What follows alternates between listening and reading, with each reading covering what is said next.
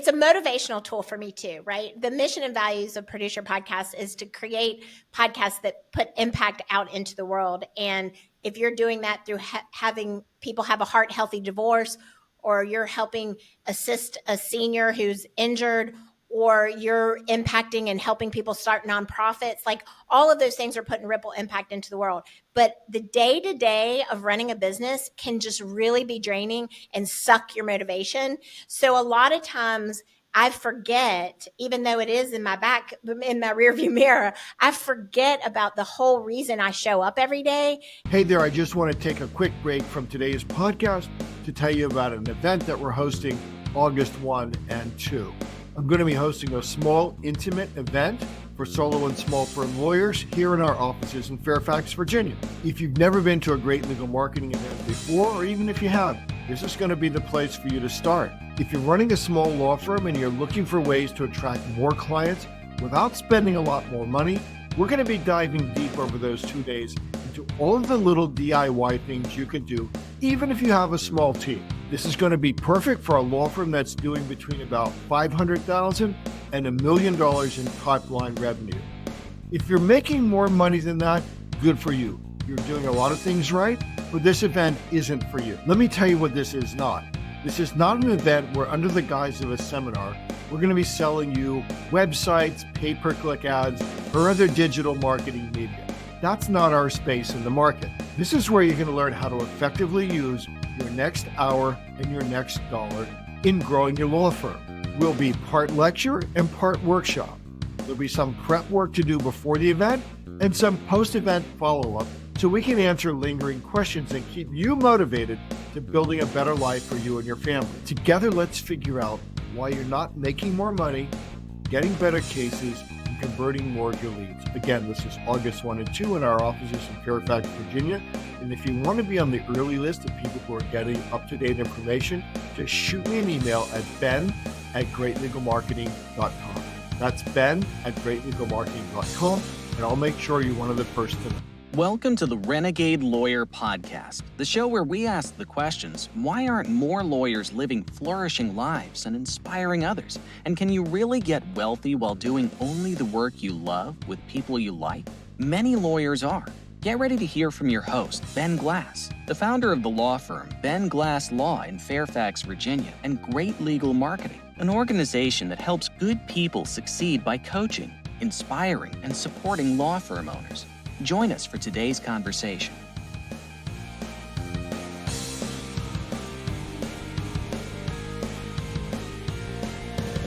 And welcome back. This is Ben Glass. This is the Renegade Lawyer Podcast, a production of Great Legal Marketing, where each episode I get to interview people inside and outside legal, entrepreneurs mainly who are making a ding in the world.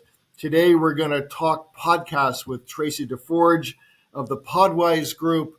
Traci, thanks for reaching out to us. You know, your team sent me this great bio, and I do want to mention, because you've done a ton, and I think that's important. But you have over 3 decades of experience in broadcast media, executive management, and Fortune 500 business consulting. The founder of Produce Your Podcast. It's a premier podcast consulting and production agency. But what's important to us is you have a diverse career spanning startups, and we are talking today to solo and small law firms across the United States.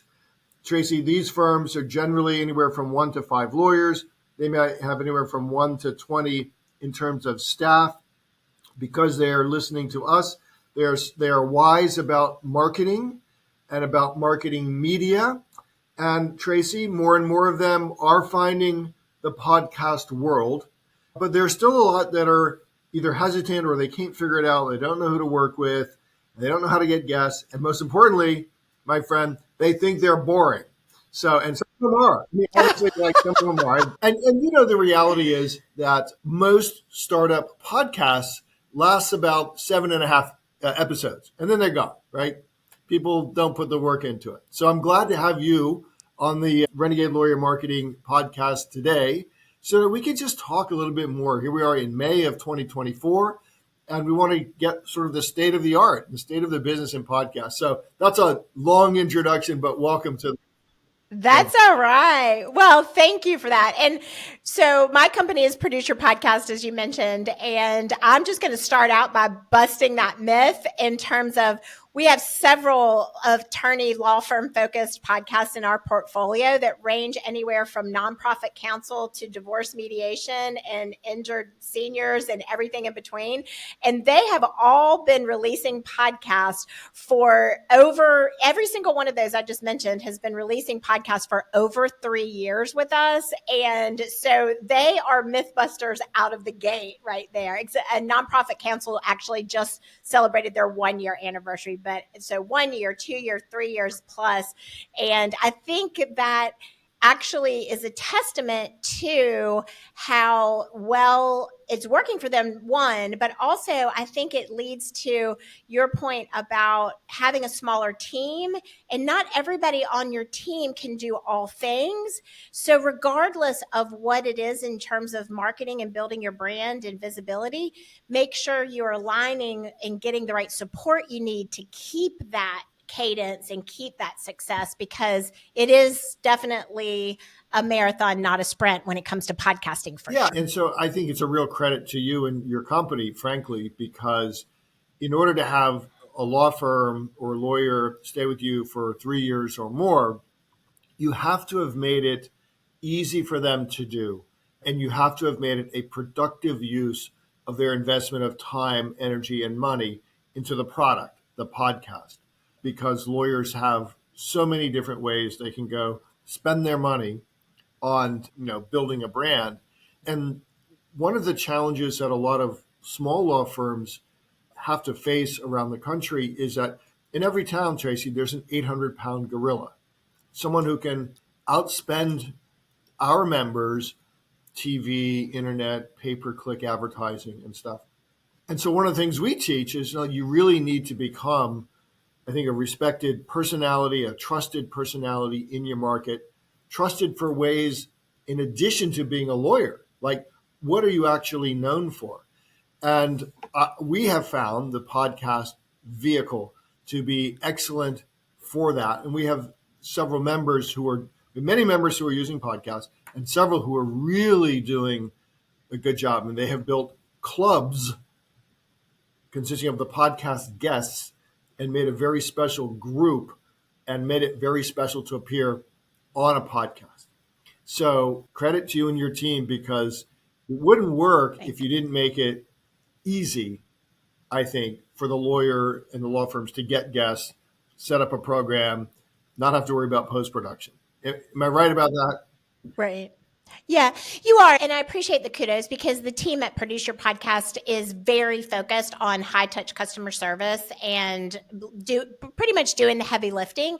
But I also want to speak to one of the things that you were saying about entrepreneurship. So I think one of our differentiators, if you will, and just me personally, is that I am an entrepreneur.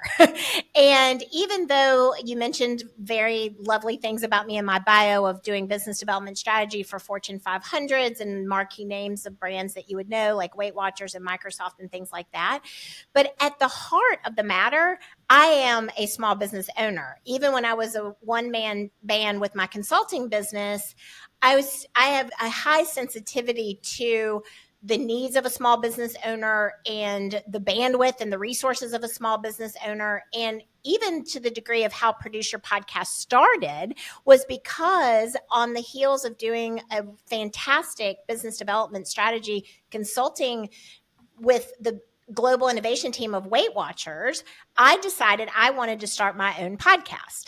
And knowing, because I have a background in broadcast radio for decades, I kind of knew what I was getting into. So I pulled the team together at that point in time to launch my own podcast, which was 9 years ago, 2016 and 2015. And then really swiftly after that, I had the insight to know there are going to be a lot of business owners who need to focus on their business, but are going to utilize podcasting as a business development tool. And that's actually why I started Produce Your Podcast. And we came out of the gate focused on small firms and businesses that were, had really great teams, but maybe not, mighty teams, but maybe not with a lot of bandwidth and resources. So we could become an extension of their teams to help them and support them and help them grow their businesses. So I think, like, I identify with the day-to-day struggles of entrepreneurship because I am one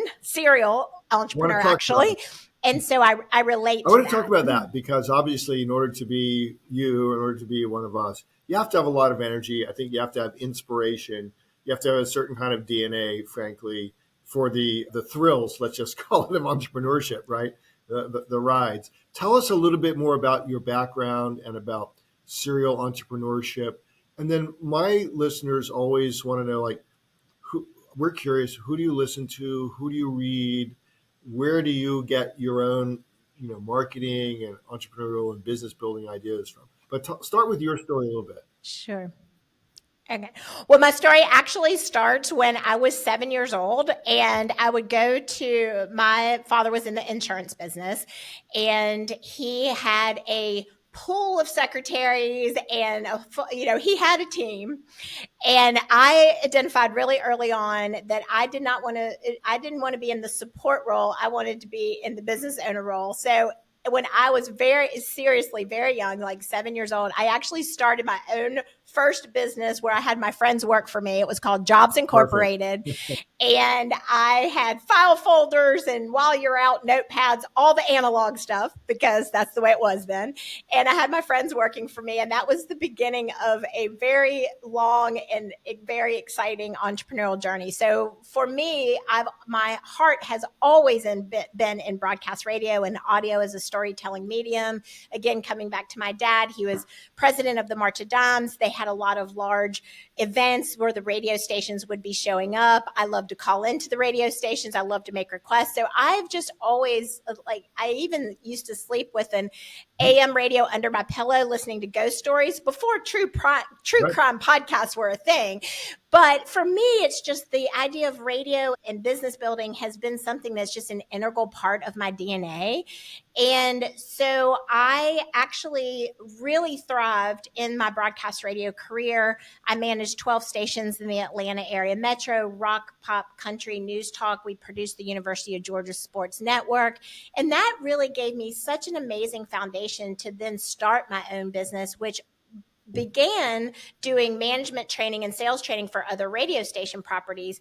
But what I realized, especially as a female entrepreneur at that time, was that there weren't a lot of programs out there helping support and grow female entrepreneurs, but they were starting businesses at twice the rate of men. So I became heavily involved in working with other women entrepreneurs to help them launch and grow their businesses. So I literally spent about a decade working with startups and helping them grow their businesses through an online and in-person entrepreneurial network. And that was the springboard then to, I had my own consulting business and then ultimately started my own podcast and then ultimately started Producer Podcast. However, that wasn't enough because within Producer Podcast, then we expanded and I created a community for podcasters, a podcast management certification program, and co-founded the Podcast Professionals Association. So I guess you could say, Ben, when I go in, I go all in. You just made a bunch of people very exhausted just listening to you. If you're watching this on the video later, you can see that Traci is very energetic, and you did all of this in your first 25 years of your life because you Oh, exactly. Yes, exactly. But I did do all of the podcasting piece of that over the course of 8 years, which sometimes I don't give myself enough credit for. And I think that's a big tip for entrepreneurs as you're listening to this, is that you've got to celebrate the wins along the way because we're so much in the building blocks. In fact, one of my very first podcast episodes that I ever released was called "The Beauty is in the Beginning," because as entrepreneurs, we're visionaries and we want to be starting something and we want to be running something. And so a lot of times we'll skip over that beginning phase and not really celebrate that because we're wanting to get to the outcome. And I think that for you to have a sustainable career in entrepreneurship, no matter what direction or path that takes you on, you have to be able to acknowledge and celebrate the small milestones and the small wins, because those are what ultimately add up to be the bigger I think so. wins. One of the oft recommended books out of our group, Great Legal Marketing, is Dan Sullivan's The Gap and the Game, which is all about this, which is like entrepreneurs, we wake up every morning and we see the distance between where we are today and this brilliant idea we got last night at 5 o'clock. And we wonder how come no one's done it yet. And it's 7 o'clock in the morning. And we go there often, right? And it's exciting and exhilarating, but it can be depressing too, because there's always a chase. And what we try to get lawyers to do is exactly what you just said, Traci, which is stop, breathe, acknowledge you actually have moved the world. You have supported your family. You have supported your own desires. You've made yourself happy, which is very important. And in often little increments. However, if you journal, like many of our members do and I do, like it's really cool to go back and pick up something you wrote 3 years ago, see where you were and see the ideas that you were writing down at that point and go, oh, wow, look, I actually really did accomplish something pretty big. So good for you for teaching that. Who do you look to for inspiration today in either marketing or entrepreneurship? Yeah, I love that question. So what really comes to mind, because you mentioned journaling, is I want to say that probably one of the most impactful books for me that was a bit of a game changer was The Artist Way by Julia Cameron, which is not one of the highly touted business books per se, but she really helps explain creativity to someone who might not think they're an artist. Most entrepreneurs have creative visionary DNA, again, in their DNA. They have that ability to see those gaps, that what you're talking about. And a certain tactical tip that she talks about in her book is this idea of doing morning pages every day and starting out with just like stream of consciousness. Do it, grab a coffee and grab your journal and like just write. And she talks about a minimum of 3 pages. And I had the experience. I mean, as we're talking here today, I did my morning pages this morning, and I had the opportunity, because May is a bit of a milestone month for me personally. It's my wedding anniversary. It's the anniversary of when Produce Your Podcast started. So there's a lot of milestone moments in the month of May for me. And just to reflect back on where we were as a business a year ago to where we are today, and all of the things that we've accomplished from 2023 to 2024, it really is very powerful to just have that. In my journal actually happens to be at the last few pages. So it's like this year of really accelerated growth is encapsulated in that. And I think to look for inspiration, I mean, the wall behind me is the most amazing, expansive resource tool, because we do have so many amazing podcasts that are putting and making impact in the world. And there are consultants that are talking about growing business. There's financial advisors who are talking about how to really optimize your retirement. Like anything I could really need to feed off of to get information, I just have to look behind me. That's right. The secret reason to run, and we're going to talk about podcasts here in a minute, but my son Brian and I each have podcasts into the lawyer market.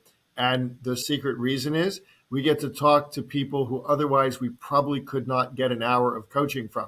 And so we bring our questions to our guests. I think that's so smart. That is so smart. And I will also say that it's a motivational tool for me too, right? The mission and values of Produce Your Podcast is to create podcasts that put impact out into the world. And if you're doing that through having people have a heart healthy divorce, or you're helping assist a senior who's injured, or you're impacting and helping people start nonprofits, like all of those things are putting ripple impact into the world.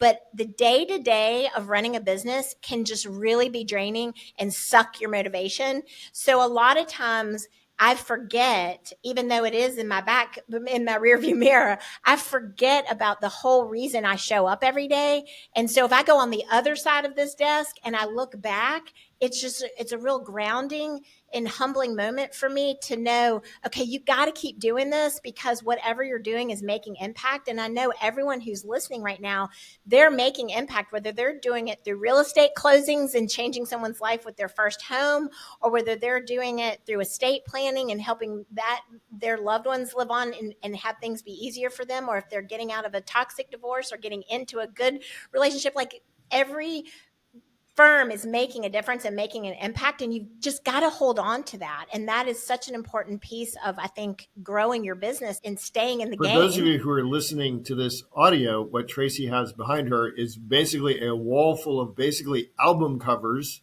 of podcasts that she and her company have helped put out into the world. And so that's what she's describing here. You know, Yes. And wait, I've got to pause for a coaching moment there, because you get a gold star, because a lot of times when we are working with clients who do audio only podcasts, they do exactly what I just did, which is assume that someone's watching it. And so they don't. So I didn't take my own advice.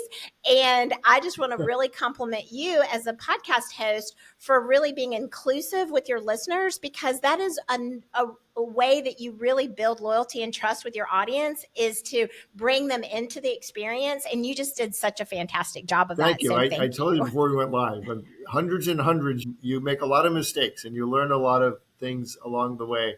And I am one of those podcast hosts that actually goes and listens to my episodes, right? To make sure that, to have the same experience that a listener has. I know a lot of people don't like to hear their own voice.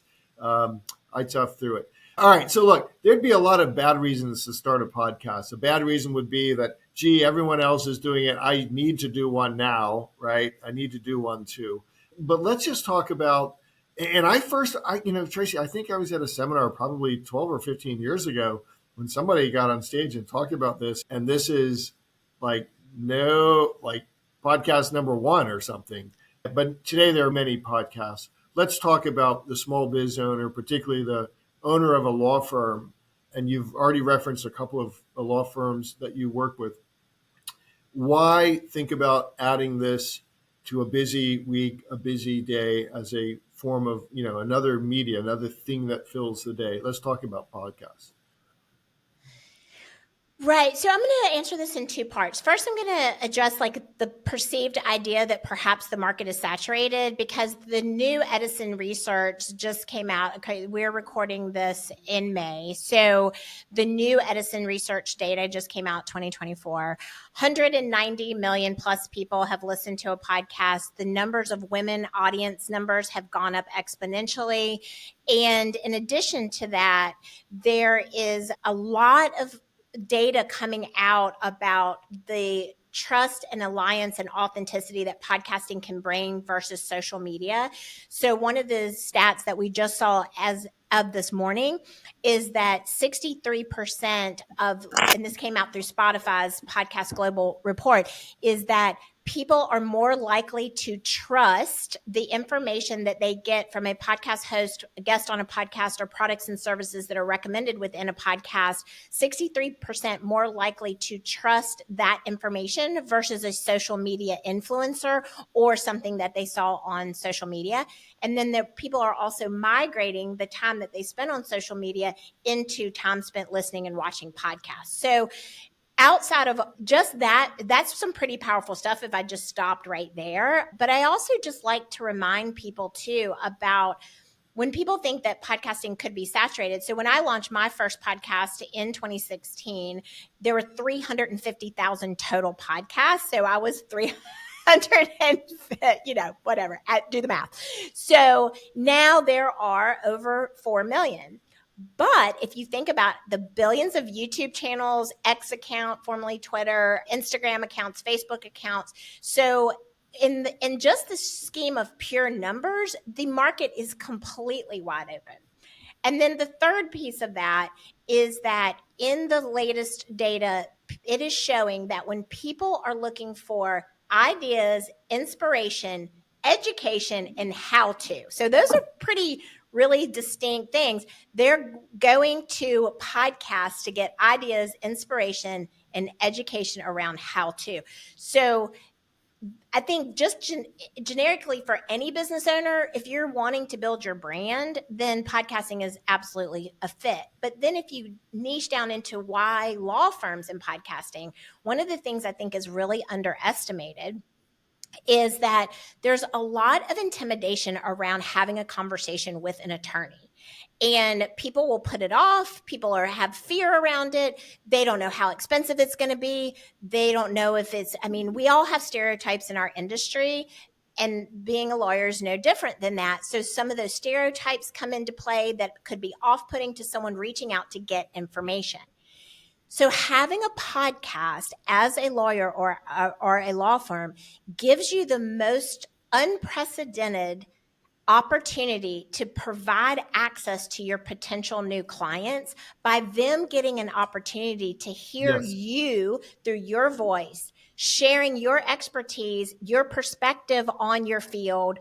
And even if there's an 800-pound gorilla in your backyard, you get to stand up against that big gorilla with your perspective, your insights, your integrity, everything that you stand for. And people can access you through your podcast at no charge. And with a really good call to action, can continue that conversation with you. And then they feel like they already know you kind of going into the conversation. It lowers that barrier of fear.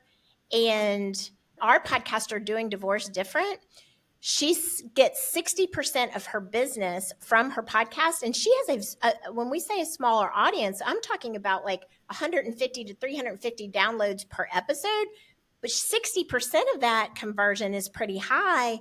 And she says that people come into her firm and they say back to her things they heard on the podcast, or she's saying something to them and they say, "Oh, I heard you talk about that on your podcast." You just packed a lot into that. I do want to re-emphasize for listeners that, I didn't think about it until just now, but, people talk about Google, largest search engine, YouTube, second largest search engine. The way that my son and I use podcasts and others that we run with, we use it as a search engine. So particularly if we hear about an author and the author may have his or her own podcast, but we'll search for the author's name to listen to the 5 different ways he or she explained the concept on different podcasts. We don't listen to traditional. We have a commute here in Northern Virginia, right? It's not long. It's not horrible. We have a commute. We don't listen to traditional radio anymore because there's always, we have our podcast feeds and our favorites, and there's always something great there. So that's so search engine, probably third largest, right? I imagine now, podcast. The second is you're exactly right. And the point I would make for lawyers who are maybe new to great legal marketing is that we lawyers forget how scary we are to consumers because most consumers have never had an interaction with a lawyer. You may have had a lawyer help, when you bought a house, do real estate. But we have to remember, we find this unbelievable, but most people have never interacted with a lawyer on a professional basis. If they have, it has sometimes been a very unpleasant experience, either because it was something hard, you faced a criminal charge, you're going through a divorce and separation, things like that, or even a personal injury claim, work that we do. And so we forget how scary. And so what we are trying to do is to plant trust clues throughout our marketing. And long form podcasts where my son Brian will say, look, they'll see your advertising, they'll go to the website, they're going to check you out in 5 other media because they want to know this. Are you an idiot or not? And the more times that we can show them that we are not idiots, which is a really hard thing to do in, quote, social media, and especially some of these very short form platforms. That's hard.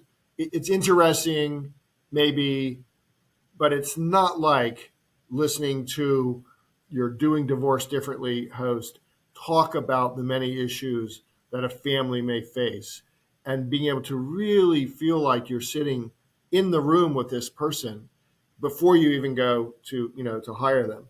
So that's incredibly important. And what was the number you gave us? 4 million podcasts. That's a huge search engine right there. Talk to me about, I'm curious now, you're Doing Divorce Differently. Is that the name of the podcast? It's Doing Divorce Different. Yes. The host is Lisa Koski. Okay. And so it's a female lawyer. Who is she getting? Who is she reaching out to come on as guests? I could guess that, but I'm curious what the business plan. No, I think so that's such a great question. So for a couple things I'd love to spotlight about her since you brought it up, and I appreciate that, is that she's, like most lawyers, licensed to a certain geographic area. So Wisconsin, Minnesota. She has a very niche focus. She's a divorce attorney and a mediator. And so not everyone, thank goodness, is going through a divorce. So her audience is pretty niche. So it's limited to people who are thinking about it, going through it, know somebody who's going through it and needs to share it. So when we talk about, a lot of people get really obsessed with download numbers, but I love her example because she has a niche geography, a niche topic, and a niche audience, and she's able to convert 60% of her clients from her podcast. How is she doing that? Well, she's doing that, to your point about the guests and questions about that. So she will do a combination of guest interviews and also solo episodes as well. And when we very first started working with her, we actually wanted that personal touch to be a part of her podcast. So we integrated a special content segment inside the show called Saddle Up. And the reason it's called Saddle Up is because she is a big horse lover. She records her podcast in a barn. And one of the things that we really wanted is for her to be relatable to her potential clients. So the Saddle Up segment is where she can talk about lifestyle oriented things, health and wellness things. You know, when you're going through a divorce, it affects all areas of your life. She has grown the podcast to even include sponsorship. So she has a sponsor. So not only is it a lead generation tool for her, she also expanded into offering courses, online courses, and then also has it sponsored. And the sponsor is someone who is a resource for sobriety, because if you're going through a divorce, you might increase the amount of alcohol that you drink. Who knows? But the thing about it is that the reason I'm sharing all these different monetization strategies is that lead generation for top of the funnel, conversion into online courses. So maybe if it's something like you're not ready to, you might want to, if you're going through a situation where you could do it yourself, you could get a course and do that versus having to, retain the services of the firm. And also this whole traditional sponsorship opportunity to bring a brand in that wants to align with that very specific audience has been really helpful to her. So she's really monetizing in all these three different ways. And as a result of that, and having so much fun doing it, because if you're not having fun, why would you keep doing it? Then she actually took that Saddle Up segment and expanded it and then launched a whole second podcast around just lifestyle, because she's a grandmother and she's been a successful attorney for years, and she has all of this wisdom, and she's happily married for decades. She's not ever gone through a divorce, which I think is fabulous. And so her brand, outside of being a thought leader and an expert in the divorce attorney subject matter, has now expanded into being more of a lifestyle brand for her, so that she can expand that audience beyond just that one category of life change. It's so, again, you packed a bunch in there, and I want to. I did. I can't help it. That's what excited entrepreneurs do, who have a real heart for the work that they're doing. So you're very fortunate to be doing work you like, with people you like, for people you like, right? That's the code. Never take it for granted. And so the teaching point from the Saddle Up portion is being known for something other than, hey, I'm just a personal injury lawyer, I'm a divorce lawyer, I'm a bankruptcy lawyer, whatever. Because frankly, if all we ever talked about was the law, that's really boring to anyone who doesn't currently, have a case or something. And so, my son and I are known in the community for our work with youth sports and with local organizations and with entrepreneurs who aren't lawyers. And so that's a great point. Anyone who's listening to this, whether you're writing a print newsletter, you've got your podcast, you're running other kind of media, ask yourself, what does the community know you for that's broader than just being a lawyer? Because again, very few people have the need of the whole community, only a tiny sliver have the need for a lawyer today, or are looking for a lawyer today. So that's very smart on her part. The sponsorship thing is neat, because most people would think, oh, it doesn't have that many downloads, it's hyper local. Did this lawyer go out to find the sponsor? Did your company help find the sponsor, or did the sponsor come to the lawyer? I'm curious about that. Yeah. So again, great question. So she actually negotiated and closed the sponsor herself directly, but Produce Your Podcast has an entire service offering around coaching our clients through sponsorship. So we worked with her to format her show in a way that would be attractive to sponsorships. We worked with her in a way that gave her the confidence and the comfort level in having the conversations with potential sponsors with a small audience, and really helped coach her through what would be in it for the sponsor to be aligned with such a niche and highly engaged, but small but mighty, highly engaged audience. And so the sponsorship circle, which is our coaching program, is for existing podcasters who want to expand into getting sponsorships. And there's certain tips and strategies that we implement and help, but ultimately she was the one who took that information, those resources, and went out and closed the sponsor. But to your point about it being a small geography and very niche focused, we've also had clients in this particular example is an interior design firm, but I bring them up because they're based out of Atlanta, Georgia. The majority of their clientele is interior design in that geographic area. And when they started building their brand around their podcast, they had Williams and Sonoma reach out to them directly and put Marlo Thomas on their podcast talking about a new tabletop line that Williams and Sonoma was launching with Marlo Thomas. And so our podcast Inside Design was able to have Marlo Thomas on their 100th episode. And that was out of sheer brand awareness and the quality of their show and how everything that they were doing to really connect with their audience. Williams and Sonoma wanted to be a part of that. So that does happen. It doesn't happen as often, but it is possible for not only for you to connect with and bring sponsors in, or for a sponsor to come to you. It's just about quality and content and how you're consistently delivering. And it's about being on the lookout for win relationships. Like, how can Yes, the question always. I asked you, like before we went live, like, how can we make this a win for you today? One of the issues that lawyers have who are starting up podcasts and perhaps don't have an organization as organized as you are is how much work is it going to be for me to go out and find interesting guests? Because my friend list is 25, and then once I get beyond my friend list, I don't know. We don't have that issue, but I'm curious about how and then you mentioned also you have your kind of a coaching program for the businesses that are using your company as a podcast producer. But let's talk about guest getting. Like, is this hard? Is it easy from your point of view? Well, in any area, whether it's from networking to business development to getting guests on podcasts to sponsorships, there's one phrase that I often remind people of, and that is that we overestimate the number of people that know what we do, and we underestimate the number of people we know. So breaking that down is we assume everybody knows what we do and that we're great at it. And at the end of the day, nobody's thinking about you. I'm sorry. They're just not. They're thinking about themselves, right? So you have to really understand that you have to put yourself out there, and podcasting is a great way to do that, to really educate people about what it is that you do.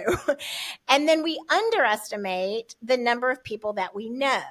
So when you are starting to create an editorial calendar for your podcast, for example, or you're building out a strategy, like you were asking about, what types of guests might be on my podcast, maybe, start with your core content that might be very specific about closings and paperwork and accounting and finance and all the things that might be core, but then go outside of that in terms of health and wellness. And like you mentioned, bankruptcy, like that's extremely stressful. So you might have an expert come in that talks about managing stress. You might have a health and wellness expert coming in and talking about how important it is to maintain really healthy behaviors when you're going through such a difficult time. You may want to bring in a financial consultant, like an FA, who can help you, or a credit restoration specialist. And so when you're thinking about, start with who your core is, Then think about who your referral network is. So if you're in a specific industry, for example, you're likely referring out to an accountant, to a real estate agent, to a bookkeeper, finance, an FA. Like, you're likely referring that business out because people are coming to you for what it is that you do well. So when you're thinking about your podcast guests, that's your immediate first round of people who could guest on your show, are the people that are going to bring value to your listener. And that right there is the most key thing of what I said, which is you've got to make sure that what's in it for your audience, what is in it for your listener, what is in it for your viewer, because if you're not providing value, then they're just not going to come They have back. almost 4 million other choices. Exactly. 399,999 other choices. Well, let's talk a little bit about Producer Podcast. What is the range of services? How do people start with you? With what frequency are we producing episodes? Those are the questions that, lawyers who come to one of our events who, again, they see other people raise their hand. I have a podcast, but they really don't know where to start. So tell us a little bit about the company Right. and what you can do for lawyers. Your lawyers. Sure. So we are designed and built for busy executive professionals who want the benefits of a podcast, but really don't want to deal with any of the details of it. Because I was that person, so I built a company for Yeah. myself. And Yeah. then I expanded it because I knew that in order to remain consistent and stay podcasting for the duration, that I was going to need a team to support me. So with Producer Podcast, you can come into our business in two ways. If you already have an existing podcast, you can come into our services and we will help you by doing a podcast audit of your existing show. We'll help you with growth acceleration support for audience growth, sponsorship services, and even if you want to migrate, and if you've been producing it yourself, but you want to delegate that, we have that full service opportunity for you. If you're just starting a podcast and you have no idea where to begin, then we are perfect because you come in and you work, and we do what's called podcast launch strategy sessions where, and this is our biggest differentiator, is we're going to come at your podcast not only to set you up for the best quality audio and video, if video is something that you want to support, but also from the business development perspective. So you work with us in strategy sessions to build out the business model around the show, how it integrates into your existing business. We help you do those very important call to actions about how to continue the conversation after the podcast is, we're hearing the podcast. And then also, we take care of all the technology for you. So we have engineers that are going to make the equipment recommendations. They're going to do sound checks with you. They can even ship you the equipment if you need it, or Yeah. Amazon takes care of that mostly, but we'll tell you exactly what to get. You record with live engineers with us. And this is, a service that's available whether you have an existing podcast or whether you're very first starting out a podcast. That's a really important thing, especially for new podcasters, because tech issues, and as many of 100 episodes that you've done, Ben, you know this, it's like once you capture the audio and video, if it's compromised, it's extremely difficult to go back and retroactively fix. So lawyers are very busy. So time is money. So we have built this model so that you essentially have to show up and record, and that is all you have to do. We edit it. We even schedule the guest for you. We confirm it. You show up, you record, we edit it. We create all the marketing support around it. We'll do your newsletter. We can do your blog posts, social media posts, video promos, audio promos. You don't ever have to touch another thing.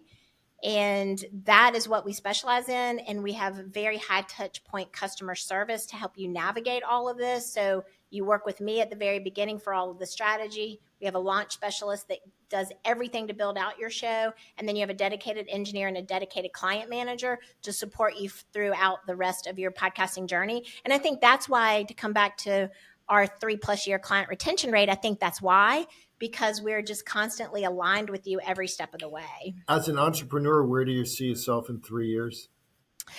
I think that is a fantastic question, because there's so much possibility with podcasting. And I think that there's a lot of changes in technology, a lot of AI Yeah. coming into the space, and a lot of opportunity for people to become more efficient with their podcast. I think we are positioned in a really great place because no matter how efficient the technology can get, there's still going to be the busy firm owner, the lawyer, the person who just wants to just have that service done for them. And so we've spent almost a decade honing our systems to be able to scale them and to be able to keep up with all of the things that are happening in the industry, like SEO and discoverability and algorithms, all the things that we study, eat, breathe, and sleep that. So I think for us, we're going to continue to own the niche of being one of the best podcast production companies in the country. Thank you, Media Entertainment Business Review. We just found out about that yesterday. But I think we're going to continue to super serve executives and business owners, coaches and consultants, and the technology will continue to make that easier for everybody. I think I probably need to have another conversation with you just about the business building and management of the team and hiring the right people and all of those things that challenge entrepreneurs, because you sound like you just have a ton of experience and you're very good at what you do. Okay, my friend. So Thank you. what should folks do? I think you've got an offer for our listeners. You probably have a website, I'm sure. Find out more about the company. You've got a book, CTAs That Convert guide. Let me say it one more time. Traci has a booklet, a white paper, CTAs That Convert guide. I screwed up. We do. Because our folks they're very used to direct response marketing. They're interested in this. They're going to want to reach out, tell them what they should do next. Right. Well, and thank you for bringing that up, because one of the things that we coach our clients on every day is about having a very clear call to action, which is the CTA. And my call to action for you, I want to keep it super simple. You can access that opt-in if you go to produceyourpodcast.com. But by going to produceyourpodcast.com, you can learn about everything that we talked about today. There's a tremendous amount of resources. There's an opportunity. You can fill out the contact form. You can connect for a call to have any questions answered. The most important thing I could say is just start where you are. And if you want to start, go to produceyourpodcast.com and you can connect with us and really learn all about us there. That's awesome. Well, look, Traci, thanks so much for carving out the time today. You're a very interesting entrepreneur and young lady. And I'm serious, we'll have to have you back for another round just to talk about the running of the business side of this world. Yes, I would love that. Yes, because scaling it with the systems that needed for high touch, high white glove customer service is not for the faint of heart. But we'll leave a little tease for the next one. we entrepreneurs often bitch and moan about the travails of entrepreneurship, but we chose that, right? We chose to not go work for somebody else, and so it is part of the game. It was great to talk to you. Hold on just for a second. I want to have a conversation offline, but it was really lovely to have you on today. Thank you so much. If you like what you just heard on the Renegade Lawyer Podcast, you may be a perfect fit for the great legal marketing community. Law firm owners across the country are becoming heroes to their families and icons in their communities. They've gone renegade by rejecting the status quo of the legal profession so they can deliver high-quality legal services coupled with top-notch customer service to clients who pay, stay, and refer. Learn more at greatlegalmarketing.com. That's greatlegalmarketing.com.